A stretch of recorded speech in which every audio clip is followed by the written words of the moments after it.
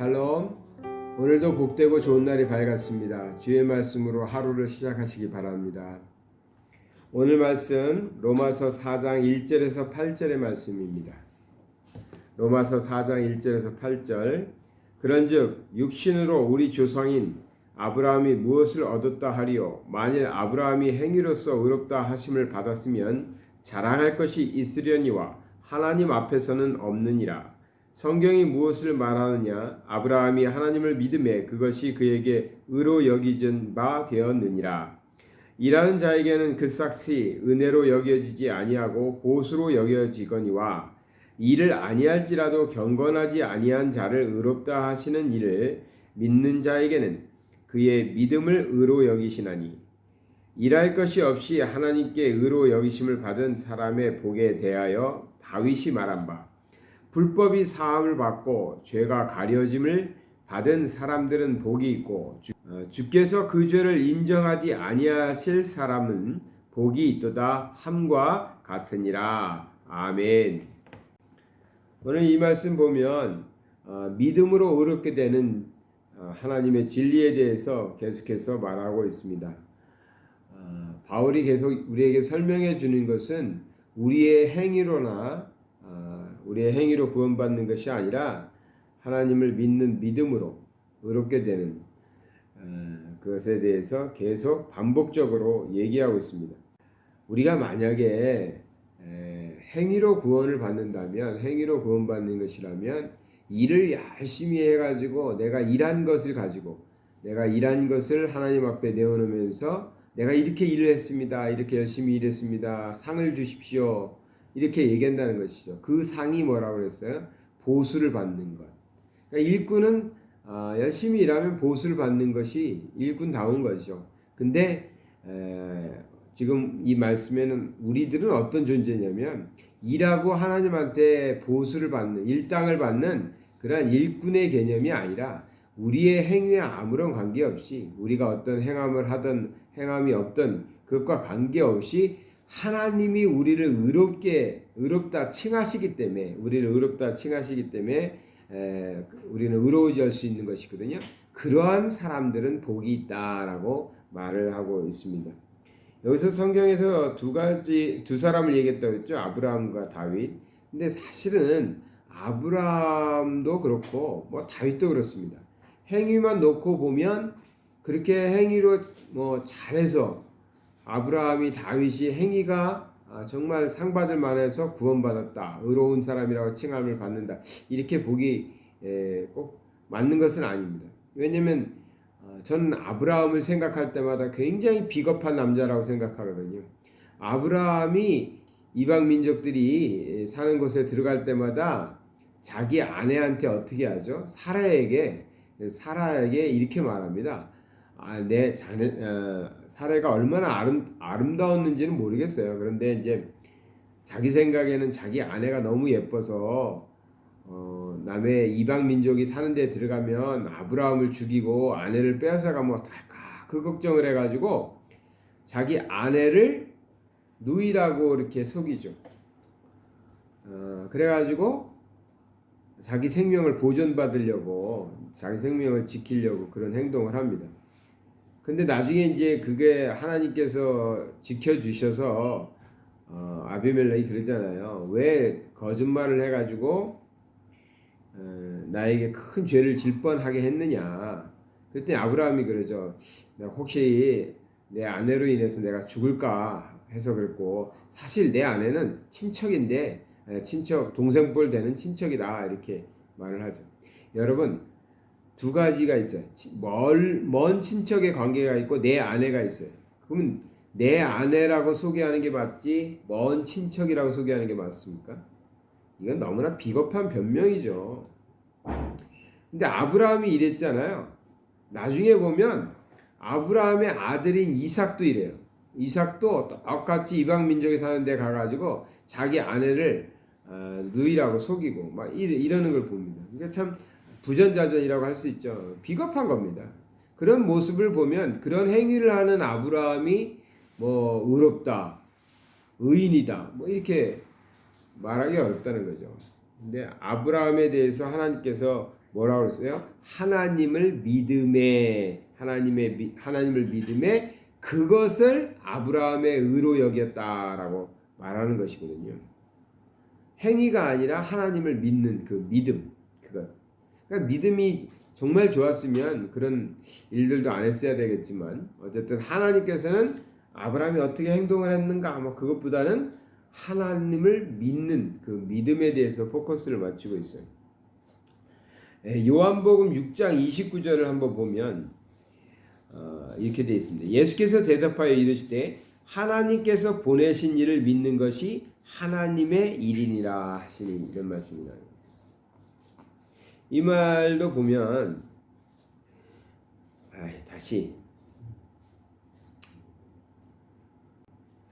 오늘 보면 5절을 볼까요? 이를 아니할지라도 경건하지 아니한 자를 의롭다 하시는 이를 믿는 자에게는 그의 믿음을 의로 여기시나니, 이런 말이 나오잖아요. 이 말은 뭐냐면 앞에서는 일하는 사람이 받을 은혜는 삭이라는 거죠. 그러니까 보수, 일당.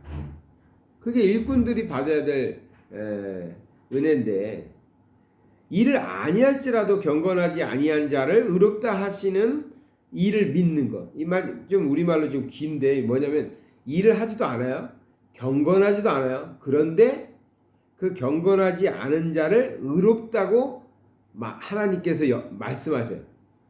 그러니까 일을 안 해서 의로운 것도 아니고 경건하지 않은 것이 의롭다는 게 아니라 전혀 자격이 없는데, 아무런 자격이 없는데, 그 사람이 행한 일을 보면 전혀 자격이 없는데 하나님의 은혜로 그를 의롭다고 부르신단 말이에요.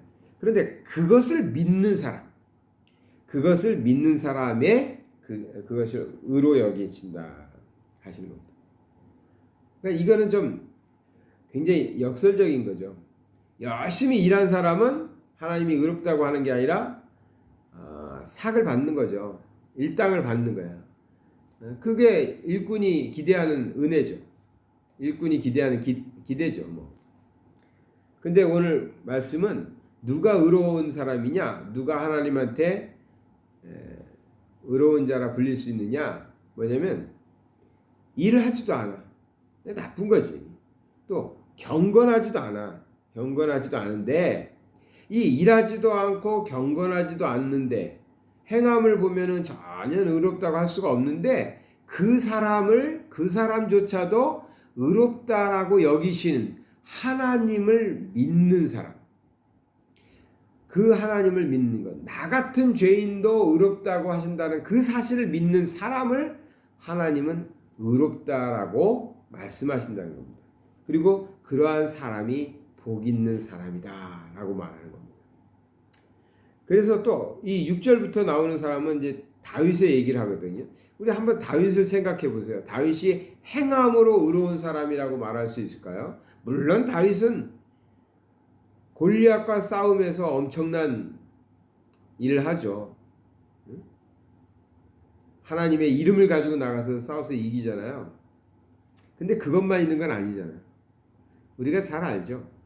얼마나 못된 사람이면 자기에게 충성을 다하는 군대 장관 우리야를 전쟁에 내보내고 그의 아내 바세바를 자기의 아내로 취하는 거죠. 일부러 전쟁에서 전사할 수밖에 없는 아주 위험한 곳에 내보내고 바세바를 아내로 빼앗는 거죠. 이건 정말 남다답지 못하고 비겁하고 정직하지 못한 사람이죠. 나쁜 사람이죠. 제가 볼 때는 이 행위만 놓고 보면 사울왕보다도 더 나쁜 사람이에요. 그런데 하나님께서는 다윗을 뭐라고 하시냐면 다윗을 만나니 내 마음에 합한 사람이다 이렇게 말씀하시거든요. 그러면 다윗의 행위를 보고 다윗을 이렇게 좋아했을 하나님께서 내 마음에 합하다 그랬을까요? 그것이 아니라는 것이죠. 볼까요? 7절부터 볼까요? 불법이 사함을 받고 죄가 가리어짐을 받은 사람들은 복이 있다. 이게 누구예요? 다윗이에요. 또 8절 주께서 그 죄를 인정하지 아니하실 사람은 복이 있다. 우리는 죄를 졌는데 하나님이 다 그거를 용서하시고 죄의 형벌을 묻지 않으시는 거예요. 그래서 죄를 인정하지 아니하실 사람은 복이 있다. 이렇게 말하는 겁니다. 그러니까 하나님께서 의롭다 하시는 것은 우리의 행위가 아니라 하나님이 아무리 우리가 뭐 일을 하지도 않고 경건하지도 않고 다윗처럼 비겁한 죄를 저질러도 그러한 죄인이라 할지라도 의롭다, 우리를 의롭다 하시는 하나님을 믿는 자, 그 믿음을 보시고 우리를 의롭다 하신다는 것이죠. 그럼 우리는 어떻게 그렇게 의로울 수가 있어요? 우리 같은 사람이 그런 죄를 저지르고도 당연하죠. 예수 그리스도가 그 죄의 형벌을 이미 지셨기 때문에 예수 그리스도가 우리가 감당할 수 없는 우리의 죄를 대신하여 십자가에서 지고 죽으셨기 때문에 그 사실을 믿는 자들이 하나님을 믿는 거 아니에요? 하나님의 의라는 걸 믿는 거예요. 그래서 하나님은 그 아들 독생자를 보시고 아무리 우리가 일을 안 하고 뭐 경건하지도 못하고 정말 비겁한 그런 삶을 살아도 하나님만 믿기만 하면 하나님이 우리를 용서해 주신다는 것을 믿기만 하면 예수 그리스도가 우리를 구원하신다는 사실을 믿기만 하면 그것을 보시고 의롭다라고 여기신다는 겁니다. 그래서 그렇게 행위가 아니라 행위는 부족해도 그 사실을 믿는 자는 복된 사람이다라고 오늘 본문에서는 얘기하고 있습니다. 오늘 말씀에 비춰보면은 행위가 아무것도 아닌 것처럼 보이겠지만 그렇지는 않습니다. 우리가 이제 중간에 3장 하반절들을 27절부터 31절까지를 뛰어 넘어갔는데요. 이것도 율법 얘기라서 그냥 넘어갔습니다. 여기도 보면 율법을 무시하라는 것이 아닙니다. 율법을 폐한다는 것이 아니라 율법을 완성하는 개념으로서 얘기하는 거거든요. 그러니까 우리가 행함이 무조건 행하면 필요도 없다 이런 차원은 아니에요. 근데 중요한 게 뭐냐면 행함을 내세우다가 하나님이 의롭다 하시는 그 독생자를 통해서 구원하시는 그 진리조차도 사람들이 생각 못하고 그냥 나의 행위로 인해서 구원받나? 행위가 부족하니까 구원 못 받나? 이렇게 잘못 생각하는 것에 대해서 경계하는 것입니다. 그래서 하나님께서 우리를 구원하시고 의롭다 여기시는 것은 오직 하나님에게 달려있는데 독생자 예수 그리스도를 보시고 아무리 우리가 부족해도 우리를 의롭다라고 그것을 믿는 사람은 의롭게 여기신다라는 것이죠. 그러면 우리는 어떻게 살아야 됩니까? 우리 또한 그러한 은혜로 의로운 자들이 되었고 구원받은 사람들이 되었죠. 그러니 우리 주변에서요 죄를 정말 많이 짓고 악한 사람들 많잖아요. 사실은 우리도 그렇지만 그런 사람들 볼 때 저런 나쁜 사람들은 정말 벌 받아야 돼. 저런 사람들은 우리 교회 오면 안 돼. 뭐 이런 생각도 가질 수도 있잖아요. 교회에는 참 좋은 사람들만 오고 의로운 사람들만 와서 아름답게 교회가 만들어져야지. 죄인들만 오고 나쁜 사람들만 오고 사기꾼들 오고 그럼 교회가 뭐가 되겠어요? 그런데 하나님의 생각은 다르다는 거예요. 그런데 하나님의 생각은 달라요. 우리와 생각이 다르니 어떻게 했어요? 하나님 뜻대로 하나님의 교회니까 또 하나님의 나라니까 하나님 뜻대로 해야죠. 하나님의 뜻은 뭡니까? 아무리 죄가 있어도 아무리 나빠도 하나님을 믿는 사람, 예수 그리스도를 자신의 구세주로 여기는 사람, 그런 사람들을 하나님은 의롭다 여기신다는 겁니다. 그 하나님을 믿기만 하면, 그 하나님을 믿기만 하면. 그러니 우리는 어떻게 해야 돼요? 세상의 모든 사람들을 향해서 열린 마음으로 하나님께서 그들을 부르고 계시다는 것. 그들에게도 믿기만 하면 당신도 하나님이 용서하신다는, 당신도 용서하실 뿐만 아니라 구원하신다는 사실을 믿기만 하면 이 사실을 꼭 전해주는 오늘 하루가 되셨으면 좋겠습니다. 사랑의 하나님 아버지 감사를 드립니다. 부족하지만 우리의 능력이나 우리의 행함으로는 구원받을 수도 없지만 우리 하나님께서 우리를 의롭다 여기시고 그 사실을 믿기만 하면 우리를 구원하시는 우리 하나님에 대해서 아버지 하나님 감사드립니다. 우리가 세상에 나가서 이 놀라운 진리를 잘 전할 수 있도록 인도하여 주시옵소서.